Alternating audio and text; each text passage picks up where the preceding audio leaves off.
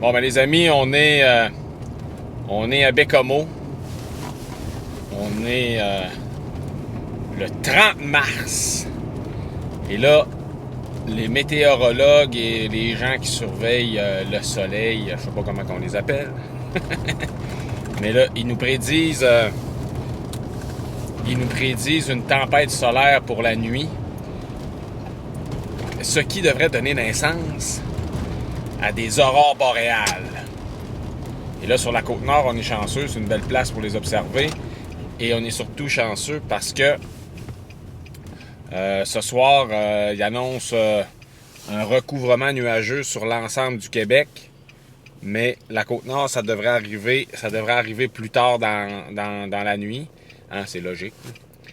Les vents dominants poussent normalement les nuages d'ouest en est ici. Alors, on risque d'avoir la chance de pouvoir observer les aurores boréales ce soir avant que les nuages ne nous bloquent complètement le champ de vision. Là, je suis abonné à différentes applications là, pour les aurores boréales, puis là, tu as des alarmes, puis tu as toutes sortes de trucs comme ça qui t'informent sur la possibilité que un soir donné, il y ait apparition d'aurore boréale. Moi, je suis vraiment pas un spécialiste de tout ça, ça fait que je suis ce que ces gens-là nous disent et nous conseillent. Et là, leurs prédictions vont dans le sens que les aurores seraient visibles ici vers les 20h, 21h. Ce qui est parfait parce que ça nous laisse encore davantage de temps. Ça nous donne encore plus de chances pour qu'on ne soit pas pris avec un ciel bouché au moment où les aurores vont commencer leur spectacle. Alors là, il est quand même encore tôt, il est seulement 18h. Mon plan, c'est de trouver un endroit qui pourrait me donner des images intéressantes. Hein? Ça nous prend... C'est pas tout de poser le ciel. Il faut essayer de trouver des compositions, avoir quelque chose qui rend l'image obtenue la plus agréable possible. Fait que l'idéal, c'est vraiment de trouver ces endroits-là quand il fait encore clair. Fait que c'est ça qu'on va essayer de faire. Là, on s'en va direction, on met de l'essence, puis ensuite, on cherche un endroit où on va placer la caméra.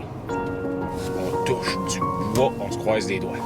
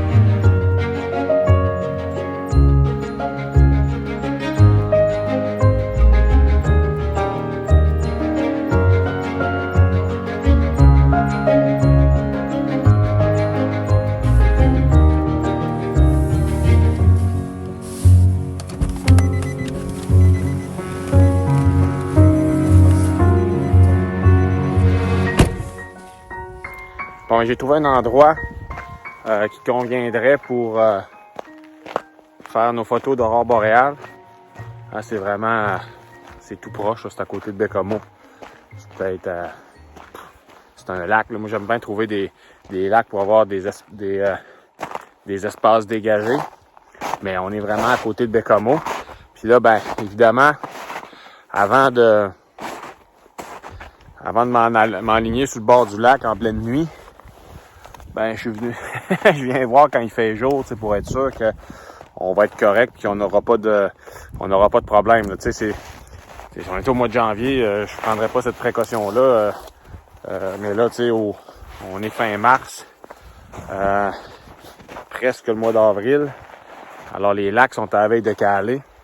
La dernière chose qu'on veut qui nous arrive durant la nuit, c'est de passer à travers la glace pour faire des photos d'aurore boréale.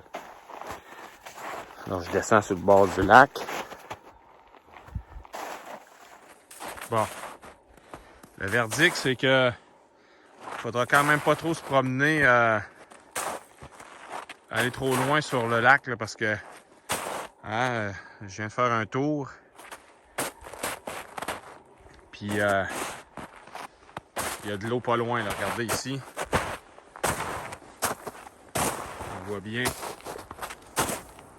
que l'eau est tout juste en dessous de la surface de la neige. Mais ici, pour les aurores boréales, là, ça c'est vraiment parfait.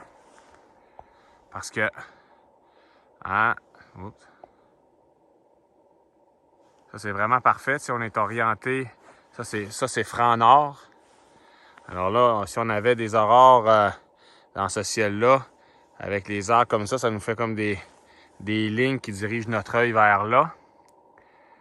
Ça pourrait être super intéressant, ça. Alors, il nous reste maintenant à attendre que la noirceur s'installe, puis à prier pour que la tempête solaire nous donne vraiment des belles lueurs nordiques dans ce ciel qui est complètement dégagé pour l'instant. Puis on espère vraiment qu'il va rester comme ça. Mais là, c'est ça, hein? Ce soir-là, la noirceur va peut-être il va peut-être faire noir dans 1 heure à peu près, là. Mais je me déplace pas plus que juste ici, là, avec le trépied puis avec tout ça. Je commence pas à me promener. T'sais, mon plan, au départ, c'était vraiment de me promener sur le... Je suis tout le temps pas bon pour faire ça. De me promener sur le lac puis essayer d'aller là-bas. Hein, ça aurait été le fun pour placer la caméra à côté des arbres. Là, ici, là. Comme ça, là. Mais non, on ne courra pas après le trouble là, comme ça. On va se contenter. Les images à partir d'ici, si le ciel devient vraiment rempli d'aurores boréales, ça va être génial. Alors on espère. Fait que là, je vais aller préparer la caméra, le trépied. Puis je vais vous faire une petite explication sur les ajustements de la caméra dans des circonstances comme celle-là.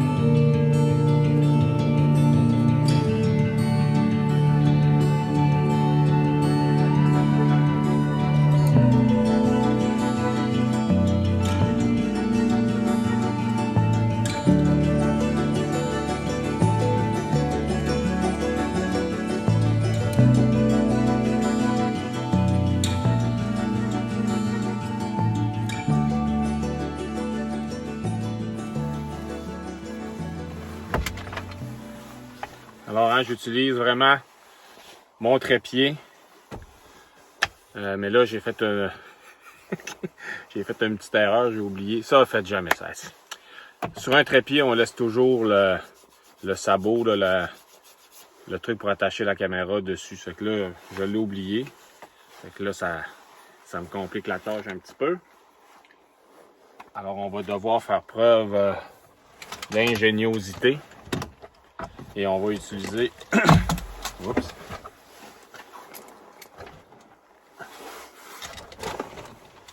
On va utiliser un bras comme ça qu'on va attacher sur le trépied.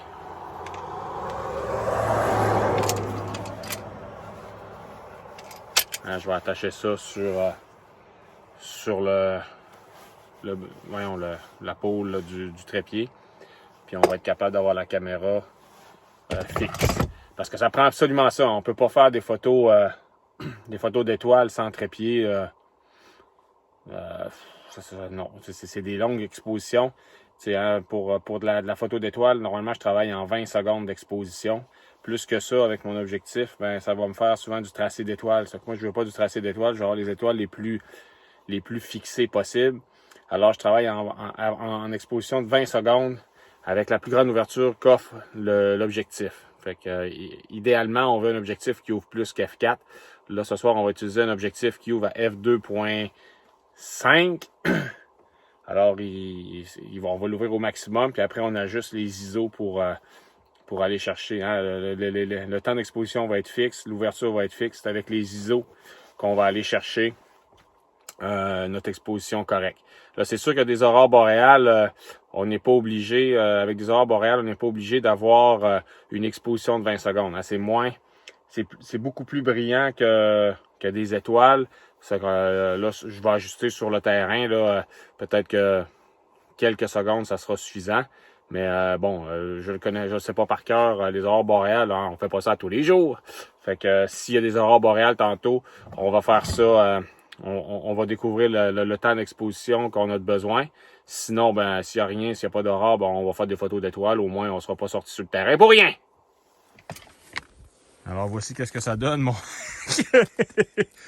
mon avanchure d'un gars qui a oublié le sabot pour attacher la caméra.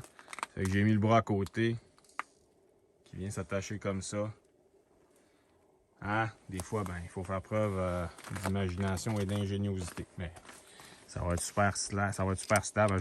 Je fais ça, puis ça bouge, là, mais hein, on va serrer ça ici.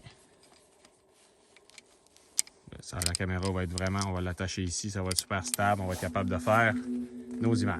Alors, il reste juste à attendre qu'il fasse noir, là. Ça ne saurait tarder. J'espère.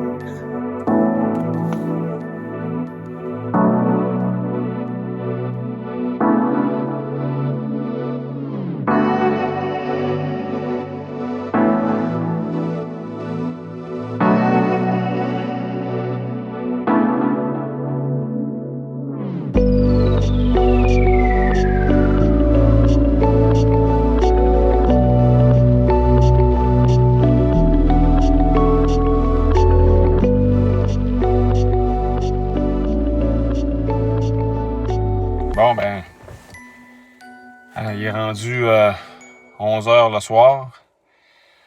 Ça fait genre 4-5 heures que j'attends les aurores boréales. Puis là, ben, des protons. Puis là, moi, on s'entend, je suis pas un spécialiste là, pour vous expliquer des phénomènes. Le phénomène des aurores boréales, là, mais c'est une tempête solaire qu'on avait ce soir, puis là, il y a comme des protons qui rentrent dans l'atmosphère, puis là, c'est ça qu'il y a plus qu'il y a de protons, plus qu'on est censé avoir des belles aurores boréales. Ça fait qu'on était censé avoir de quoi de vraiment puissant ce soir, puis pour l'instant, ben, il se passe vraiment pas grand-chose, pour ne pas dire à rien du tout, là. Je fais des photos... puis j'ai des lueurs sur la ligne d'horizon, mais rien de plus. Là, ça fait quand même des belles photos d'étoiles, là, mais ça fait pas... c'est pas ce que j'espérais.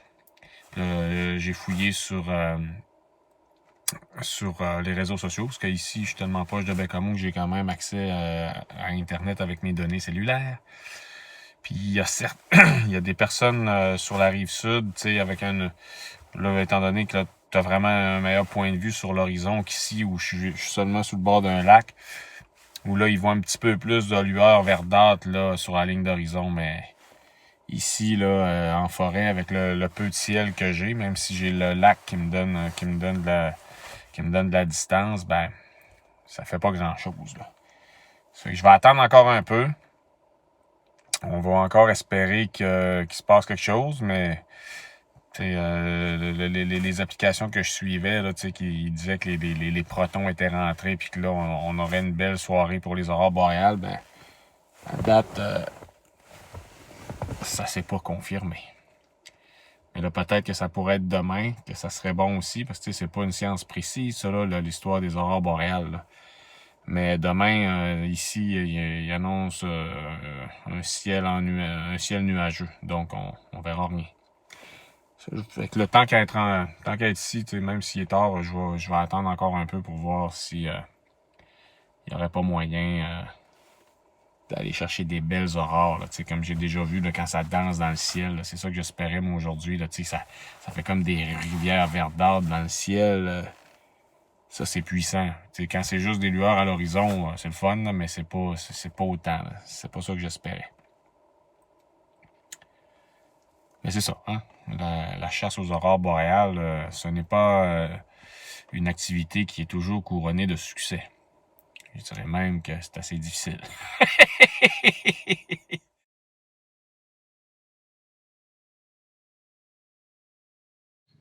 Alors voilà, il est minuit et demi. On a passé... ça fait quasiment... Ça fait 6 heures je suis ici là, pour les aurores boréales. Là, les nuages commencent à arriver, ça vaut plus vraiment la peine. J'en ai eu un peu, là, je suis quand même content. J'ai eu peut-être un 20-30 minutes d'aurore boréale à un moment donné, là, ça s'est déclenché. Finalement, je me suis déplacé sur le lac. Même si je n'étais pas censé faire ça. Hein, je m'étais donné ça comme consigne, mais j'étais mal placé. Puis là, il était vraiment sur le bord de la montagne. Fait que je me suis déplacé pour réussir à aller les chercher. Puis c'est ça va avoir donné des tout petites aurores. Là, ça fait des lueurs à l'horizon. Pour ceux qui me suivent depuis plusieurs mois, ça ressemble un peu à ce que j'avais fait l'automne dernier là, quand j'étais avec la tente là, dans le bois au nord de Bécamo. Je m'attendais à ce que ça soit vraiment mieux aujourd'hui, là, que ça soit vraiment des aurores qui étaient plus grosses, plus dynamiques, plus spectaculaires. Mais je suis quand même content. J'ai fait des images, ça permet de sortir de chez soi, de pas rester assis dans le divan. Fait que faut savoir se contenter aussi. Alors, voilà. Maintenant, on peut rentrer à la maison. On va se dire que c'est assez pour aujourd'hui. Surveiller ma chaîne dans les prochains jours, prochaines semaines. Il va y avoir encore beaucoup de stock sur l'aventure des Galapagos. Je vais tout vous présenter ça en détail. Là, vous allez voir des requins, des épaulards, des tortues. Ça va être quand même pas mal intéressant. Sur ce, je vous souhaite la bonne nuit. Salut mes chers amis.